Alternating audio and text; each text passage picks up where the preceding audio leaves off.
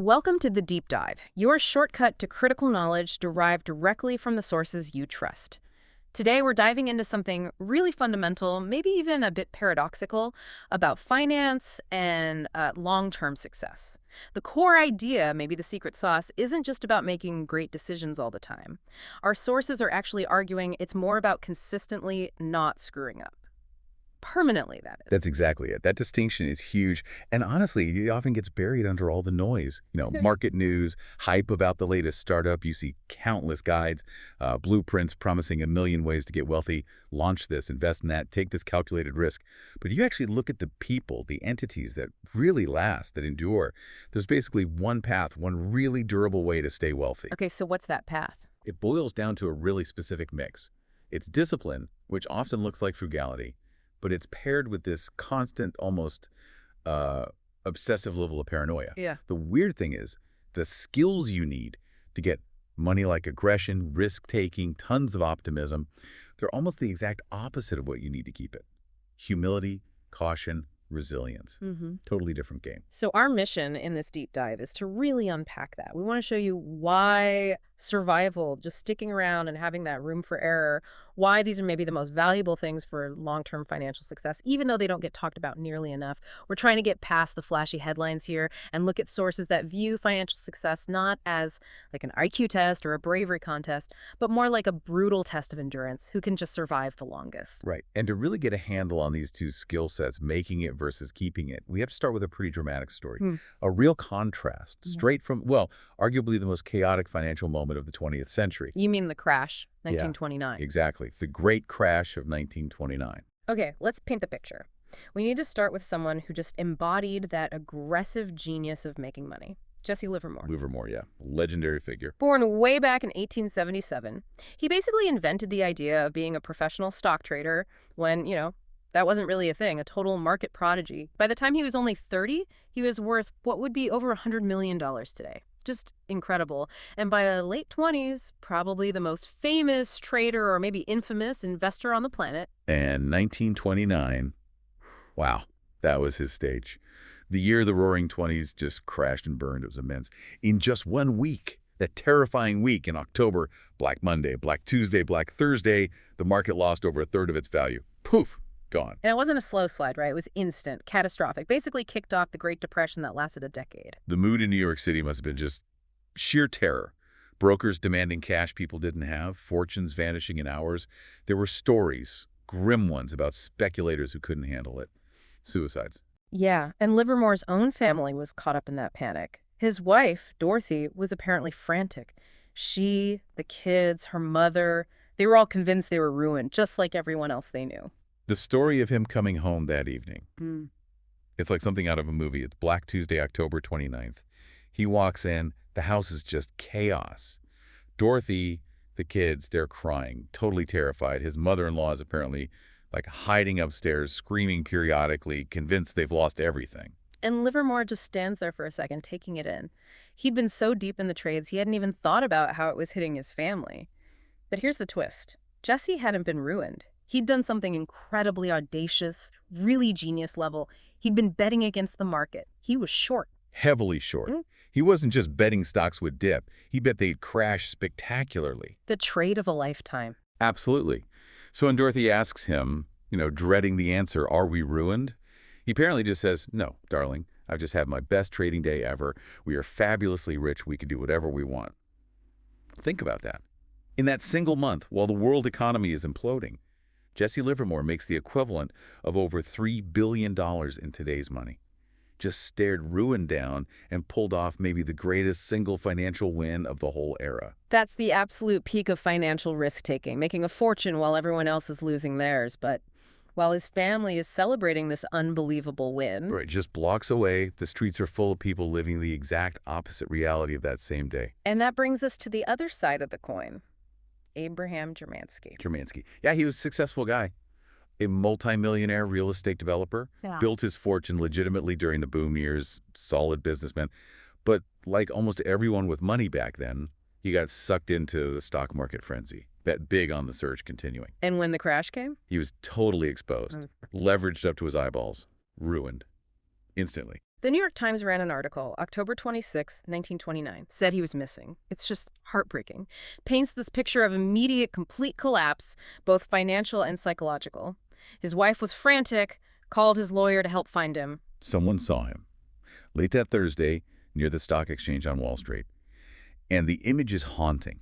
He wasn't yelling or crying. He's just methodically tearing a piece of ticker tape. The paper was spitting out the numbers, confirming his ruin into tiny little pieces, scattering them on the sidewalk as he walked slowly towards Broadway. Just devastating immediate ruin. So there it is, the perfect split. The crash makes Livermore insanely rich, one of the richest men alive, and it utterly destroys Germansky. But, and this is the absolute pivot point for our whole deep dive today, the story doesn't end there. 4 years later, their paths kind of cross again. Not literally, but thematically, through a shared fatal flaw. Exactly right. Livermore, you see, he got completely overwhelmed by his own success. That billion-dollar win made him feel invincible. Swelled head. Totally. He started making bigger bets, way more reckless, took on huge debt, started chasing the market with this absolute certainty that he was smarter than everyone, smarter than the game itself. And inevitably, The market turned. Or, maybe more accurately, his leverage turned on him. By 1933, he'd lost it all. Everything he gained in 29, and then some. Massive debt. publicly broke, deeply ashamed. The Times even reported him missing again for 2 days that year. He came back, but the damage was done. Psychologically, it was irreversible. Years later, he took his own life. So the really profound, kind of tragic takeaway is this. Germansky, who was ruined immediately, and Livermore, whose ruin was just delayed. They shared the exact same fatal weakness. Both were brilliant, truly exceptional at getting wealthy. They knew markets, they knew timing, they knew risk. Okay. But they were equally terrible at the other skill, the non-market skill of staying wealthy.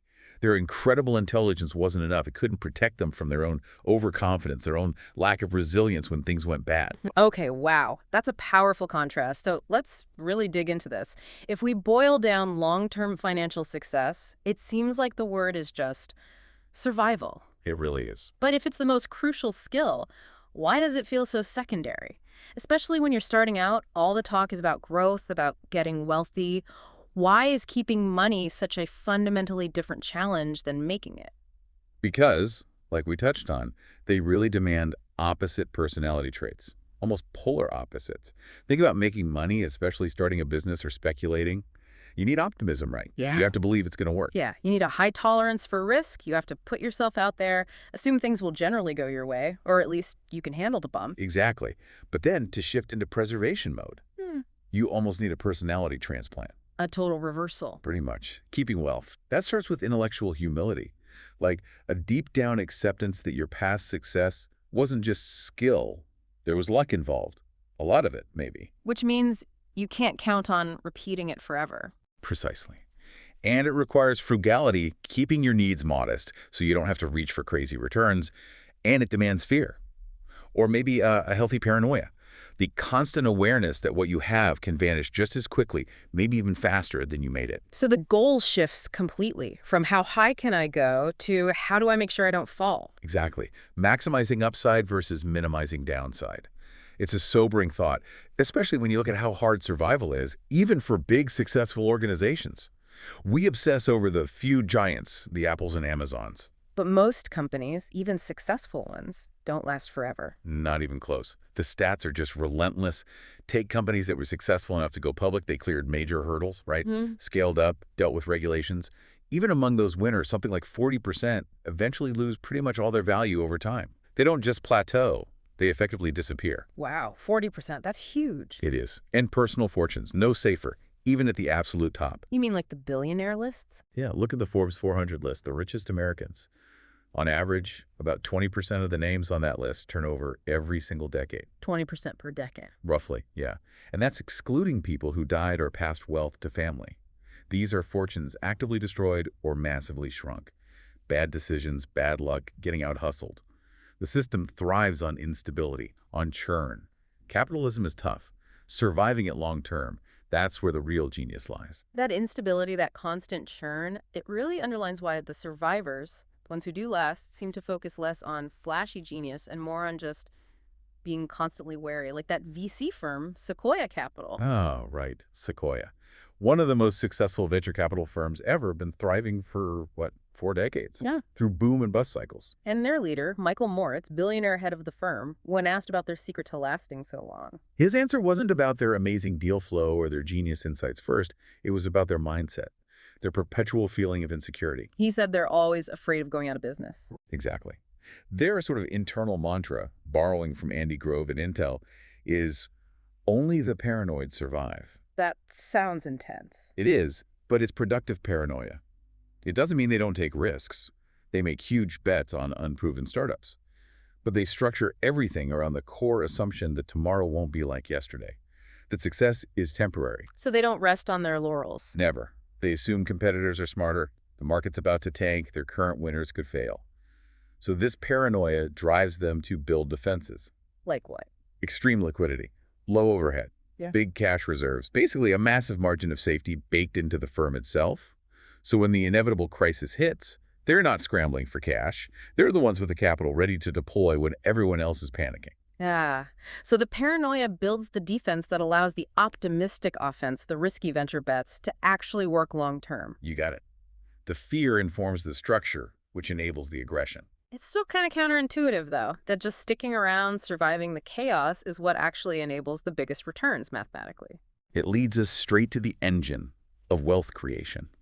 Compounding. Good old compounding, the eighth wonder of the world, supposedly. It really is that powerful. But the catch is, it's incredibly slow to start. It's exponential, right?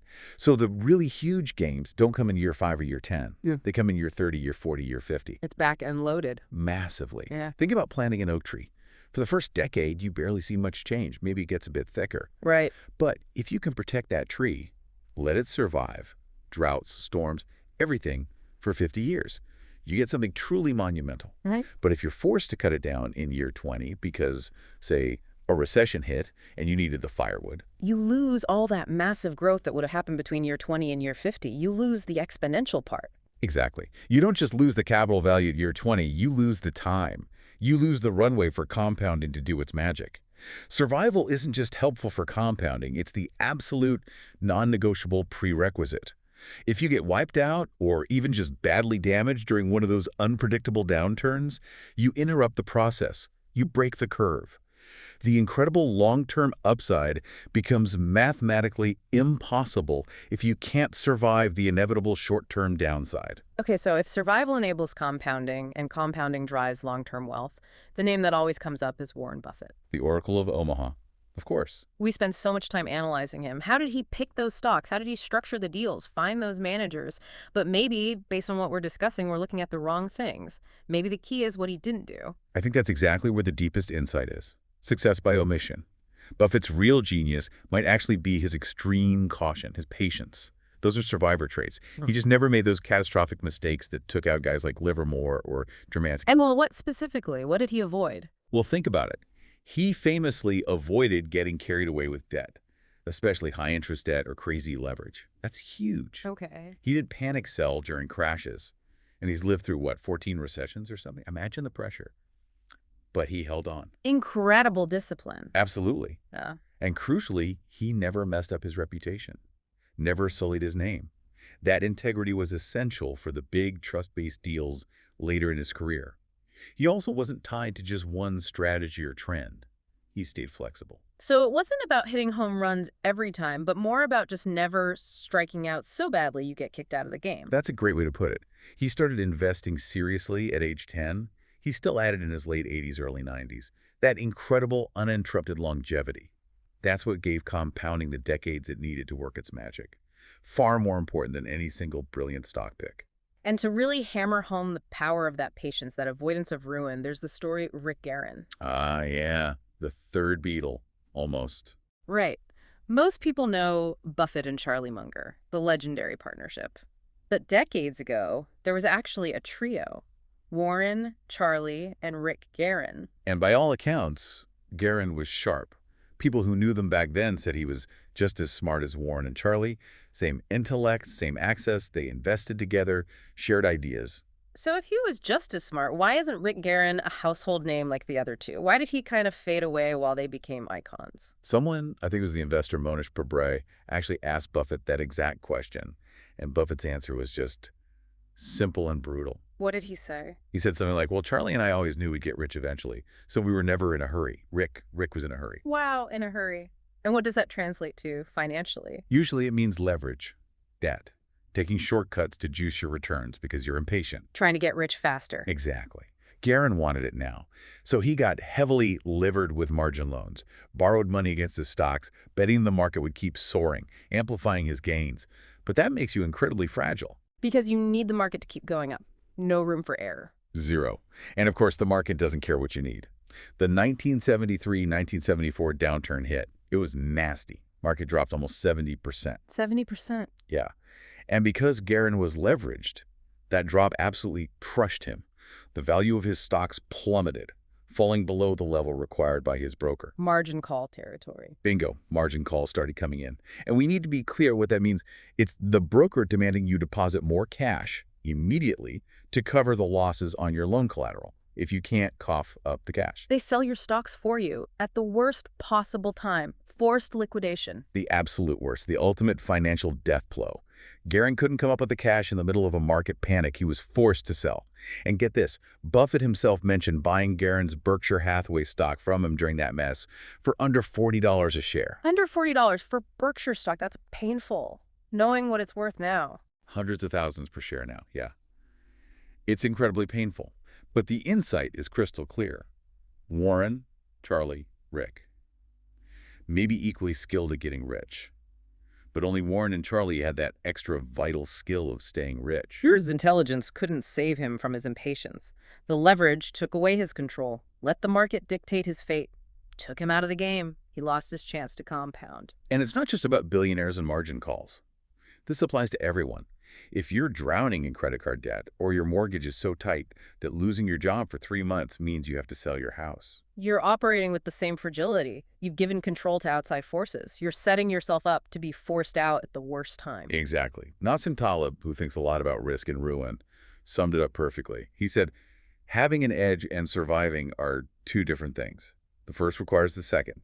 You need to avoid ruin at all costs. Ruin isn't just a setback. It's game over. It permanently ends your ability to play. Okay, this is hitting home. This is the really practical part for everyone listening.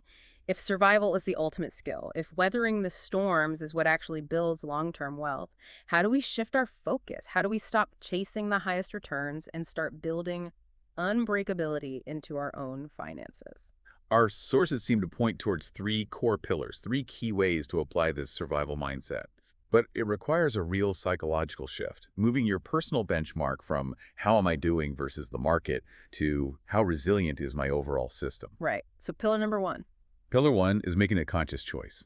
Prioritize being financially unbreakable above chasing the absolute highest returns. And you have to do this with the belief, maybe the faith, that this cautious approach will ironically lead to the biggest returns in the long run, simply because it keeps you in the game. This immediately brings up that discomfort, though. The cash paradox, as you called it earlier. Oh, it's pure psychological torture sometimes. Holding cash, especially during a raging bull market, feels awful. Stocks are up 10%, your cash earns maybe 1%. You feel that 9% gap every single day. Yeah, you feel like you're being too conservative, too scared, missing out, losing ground. The feeling of missing out? FOMO. It's powerful. The market is basically tempting you into taking on more risk and to becoming more fragile. But you have to fight that feeling and reframe the true value of that cash. How do you mean? That cash's real return isn't the 1% interest it earns. Its real value, its true return, comes if it prevents just one single desperate, badly timed sale of your investments during a crash. Think about it over, say, 30 years. Maybe you average a solid 8% return. Great. But what if you pushed harder, maybe aimed for 9%, but ran really lean on cash? Then, year 15, disaster strikes, job loss, medical emergency, whatever, and the market's down 40%. If you're forced to sell even 30% of your portfolio then, at the bottom. That forced sale just decimates your long-term results, wipes out years of compounding. Exactly. Avoiding that single act of ruin, that one forced sale like Rick Guerin faced, can do vastly more for your lifetime wealth than picking a dozen extra winners along the way. It's the ultimate defensive play that enables the long-term offensive win. So the takeaway is, compounding doesn't need amazing returns. It just needs good enough returns, like a reasonable 8% average, sustained without interruption for the longest possible time. Precisely. You maximize compounding not by chasing the absolute peak returns in the good times, but by surviving the bad times intact, by minimizing the damage that could force you out. Unbreakability equals a longer compounding runway. That's the goal. Okay, that makes sense. Pillar 2. Pillar 2 involves a healthy dose of reality checking. Planning is essential, right? Yeah. It helps define what's reasonable, sets targets, but we have to plan knowing the plan will probably fail. Or at least it won't go exactly according to script. You plan, God laughs, that old saying. Pretty much sums it up. We love to make these precise plans. My salary will grow X%, I'll save Y%. The market must return 8% on the dot. Then I retire at 60, sharp. Life just isn't that neat. Yeah, just think back over the last 20 years. Could anyone's plan have possibly accounted for everything that happened? No way. If you were planning back in, say, 2004, did your plan include 9/11's long aftermath? The insane housing bubble popping, causing 10 million foreclosures, the 2008 financial crisis, vaporizing 9 million jobs, followed by the longest bull market rally in history, and then a global pandemic shutting down the world. Absolutely none of that was predictable. Not even remotely. So a good plan has to acknowledge that uncertainty. It has to embrace the unknown unknowns. If your plan requires everything to go exactly right, specific market returns, uninterrupted employment for decades, well, that plan is incredibly fragile by definition. The more specific and rigid your assumptions, the easier it is for reality to break your plan. Totally. And this leads directly to the concept of margin of safety. Our sources call this maybe the most underappreciated force in all of finance. Margin of safety. What does that look like in practice? It's basically buffer. It's Right. wiggle room. It's the space you build between what you need to happen and what could actually happen. It can take many forms. Like, A super frugal budget is a margin of safety, means you can survive on much less income if needed. Flexible, thinking about your career or income streams, having loose timelines for your goals, not rigid deadlines. Basically, anything that lets you be okay, even happy, with a range of outcomes, not just one perfect scenario. is this just being conservative, though? Like avoiding risk? That's a common confusion, but no, it's different. Pure conservatism might mean just avoiding stocks altogether, staying only in cash. Margin of safety isn't necessarily about avoiding risk. It's about increasing your odds of success at a given level of risk, because you've increased your odds of surviving if that risk turns against you temporarily. So you can still invest aggressively, maybe in volatile stocks, but you have enough cash savings or low expenses that a 50% drop doesn't force you to sell those stocks at the bottom. Exactly. You've built a buffer around your risk-taking. The beauty of margin of safety is that it's forgiving. The bigger your buffer, the less brilliant your investment edge needs to be. You don't have to be perfect. Right. Lots of smart people fail, not because their ideas were wrong, but because they had zero room for error. The first bump in the road took them out. Margin of safety buys you time. It lets you survive your own mistakes and the market's inevitable craziness. Okay, unbreakability, planning for failure. Yeah. What's pillar 3? This sounds like maybe the hardest one. It might be because it's purely psychological. It's Yeah. cultivating what some call a barbelled personality. Barbelled, like weights on a bar. Exactly. Heavy on both ends. On one end, you need genuine, robust optimism about the long-term future. On the other end, you need deep, persistent paranoia about all the things that could prevent you from reaching that future. Optimism and paranoia simultaneously. One That mic- sounds like cognitive dissonance. How do you hold both those feelings at once? It requires a specific kind of optimism. Not blind optimism, not thinking everything will be smooth sailing next year. It's sensible optimism. You know. It's the belief that, over the long haul, the odds are strongly in favor of progress. Technology improves, humans adapt, things generally get better eventually. But, and this is the crucial part, you accept that the path from here to that better future will be absolutely littered with misery, chaos, setbacks, and disasters. You expect the short-term pain. So optimistic about the destination, pessimistic about the journey. That's a good way to put it. You believe things will balance out over time, but you know the ride will be incredibly bumpy. It still feels contradictory. How can something be both gaining ground overall and constantly destructive in the short term? Think about natural systems. Growth often involves pruning, destruction, like brain development. A 20-year-old is way smarter than a toddler, right? Generally, yes. Yet that 20-year-old brain has actually lost about half the synaptic connections it had at age 2. The brain literally destroys connections, prunes away the inefficient stuff. That destruction is progress. It's necessary culling for efficiency. Okay, I see the analogy. So the economy, the market, it grows through this messy, sometimes brutal process of creative destruction. What? Precisely. The long-term trend is undeniably upward, but getting there involves constant failure, replacement, and adaptation. Companies die, fortunes are lost, recessions happen. That's the pruning process. And the historical data really backs that up, doesn't it? You mentioned the U.S. economy earlier. Yeah, look at the last, say, 170 years in the U.S. Standard of living increased maybe 20-fold. Incredible progress. But that same period included 9 major wars, 1.3 million American deaths in combat. Around 99.9% of all companies ever created went bust. 4 presidents assassinated. A single flu pandemic killed 675,000 Americans. 33 recessions, adding up to almost 48 years in recession. And the stock market dropped more than 10% over 100 times. Wow. When you list it like that, it's just constant crisis, constant reasons to be pessimistic in the short term. Absolutely constant.